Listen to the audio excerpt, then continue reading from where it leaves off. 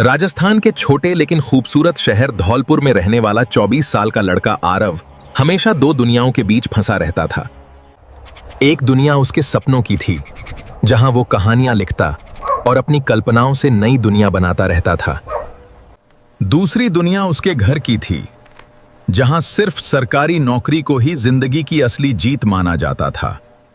उनकी पूरी जिंदगी संघर्ष में बीती थी, इसलिए वो चाहते थे कि आरव कभी वैसी तकलीफ महसूस ना करे। आरव की मां सविता उसके सपनों को समझती थीं, लेकिन परिवार के डर के आगे खुद भी चुप रहती थीं। हर सुबह किताबें खुलती थीं, लेकिन उसकी कॉपी के पीछे हमेशा अधूरी कहानियां और अधूरे सपने लिखे होते थे। अगर इस साल भी परीक्षा पास नहीं की तो समझ लेना तुमने हमारा सिर हमेशा के लिए झुका दिया है।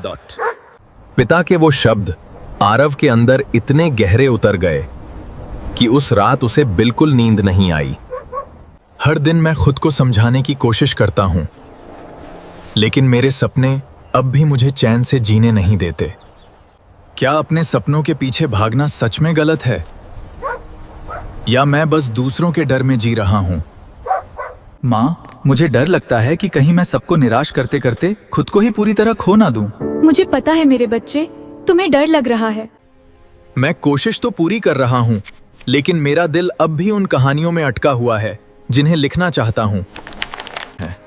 शायद ये मेरी आखिरी कोशिश है, इसलिए इस बार मैं खुद को पूरी तरह टूटने नहीं दूंगा, चाहे कितना भी मुश्किल हो। मुझे सिर्फ इतना चाहिए कि इस बार तुम जिंदगी को गंभीरता से लो, क्योंकि हर सपना हकीकत नहीं बनता बेटा। मेरे दिमाग में सिर्फ वही कहानियां घूम रही हैं जिन्हें मैं हमेशा लिखना चाहता था, लेकिन कभी पूरा नहीं कर पाया। आज शायद फैसला सिर्फ परीक्षा का नहीं है, बल्कि ये तय करेगा कि मैं आखिर जिंदगी में कौन बनूंगा।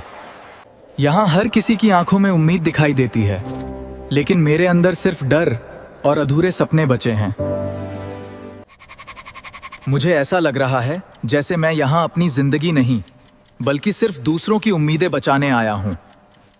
मैंने पेपर पूरा तो कर दिया, लेकिन इस बार मेरे अंदर वो विश्वास बिल्कुल भी महसूस नहीं हो रहा था।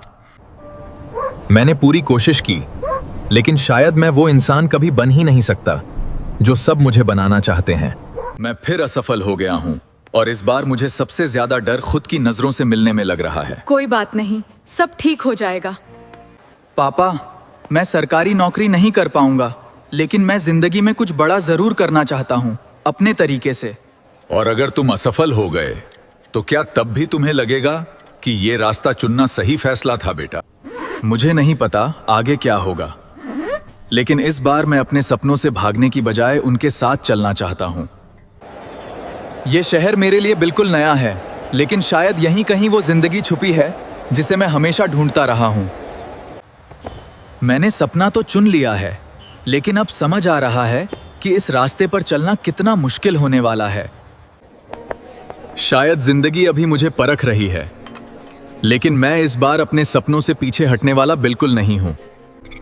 दिन चाहे जितना कठिन हो, लेकिन रात में लिखते समय मुझे पहली बार खुद के करीब होने का एहसास होता है।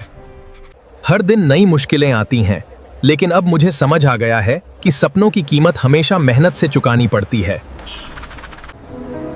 शायद मैं अभी सफल नहीं हूं, लेकिन पहली बार मुझे ऐसा लग रहा है कि मैं सही रास्ते पर चल रहा हूं। मेरे अंदर की कहानियां अब रुकना नहीं चाहती, जैसे वो खुद दुनिया तक पहुंचने का रास्ता ढूंढ रही हों। इस कहानी में पहली बार मुझे अपना दर्द भी दिखाई दे रहा है, और वही इसे सबसे ज्यादा सच्चा बना रहा है। मुझे यकीन नहीं हो रहा कि लोग मेरी लिखी बातों में खुद की जिंदगी और अपने दर्द को महसूस कर रहे हैं। क्या सच में आपको मेरी कहानी पसंद आई है? मुझे अभी भी विश्वास नहीं हो रहा कि ये सब सच है। मैंने कभी नहीं सोचा था कि मेरी कहानियां मुझे एक दिन इतना बड़ा मौका और नई पहचान दे सकती हैं। शायद जिंदगी धीरे धीरे मुझे वही रास्ता दिखा रही है जिस पर चलने का सपना मैंने हमेशा से देखा था। आपको सच में लगता है कि मेरी कहानी लोगों तक पहुंच सकती है और उनके दिलों को बदल सकती है? आज पहली बार मुझे लग रहा है कि मेरे सपनों को भी इस दुनिया में अपनी जगह मिल सकती है। जिस कहानी को मैं कभी छुपाकर लिखता था, आज वही कहानी मेरी जिंदगी बदलने की वजह बन चुकी है। मैं इतने समय बाद वापस लौट रहा हूं, लेकिन इस बार मेरे अंदर डर नहीं, बल्कि एक नई शांति महसूस हो रही है। सब कुछ पहले जैसा ही दिखाई दे रहा है, लेकिन शायद इस बार बदल चुका इंसान सिर्फ मैं हूं। जिस लड़के को लोग कभी असफल कहते थे, आज वही उनकी नजरों में एक नई पहचान बन चुका है।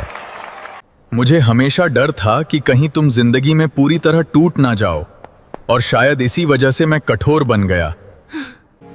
मैं गिरा जरूर था पापा, लेकिन शायद उन्हीं गिरने वाले दिनों ने मुझे दोबारा उठना भी सिखा दिया है। माँ, शायद पहली बार मुझे ऐसा लग रहा है कि मैं अपनी जिंदगी अपने तरीके से जीने के करीब पहुंचा हूँ। मैं तुम्हारे साथ हूँ मेरे बेटे। इन गलियों ने मेरे सबसे कठिन दिन भी देखे हैं, और शायद मेरी सबसे बड़ी जीत भी यहीं से शुरू हुई थी। अगर तुम्हारे सपने तुम्हें चैन से सोने नहीं देते, तो समझ लेना वो तुम्हारे लिए सच में जरूरी हैं। मैंने जिंदगी से यही सीखा है कि सबसे बड़ी हार अपने असली सपनों से डरकर भाग जाना होता है। सफलता सिर्फ मंजिल नहीं होती, बल्कि वो रास्ता होता है जहां इंसान खुद को खोने से बचा लेता है। कथा है। शायद मैं हमेशा तुम्हें समझ नहीं पाया, लेकिन आज मुझे तुम्हारे सपनों की असली कीमत महसूस हो रही है। धन्यवाद पिताजी। कभी जिन कहानियों को मैं छुपाकर लिखता था, आज वही मेरी जिंदगी का सबसे खूबसूरत हिस्सा बन चुकी हैं। अगर तुम अपने सपनों पर विश्वास रखते हो, तो दुनिया की कोई भी असफलता तुम्हें हमेशा रोक नहीं सकती। मैंने अपने सबसे कठिन दिनों से यही सीखा है कि इंसान तब तक हारता नहीं जब तक वो खुद हार मान ना ले। जिंदगी की सबसे बड़ी जीत वही होती है जब इंसान अपने असली सपनों को जीने की हिम्मत कर लेता है।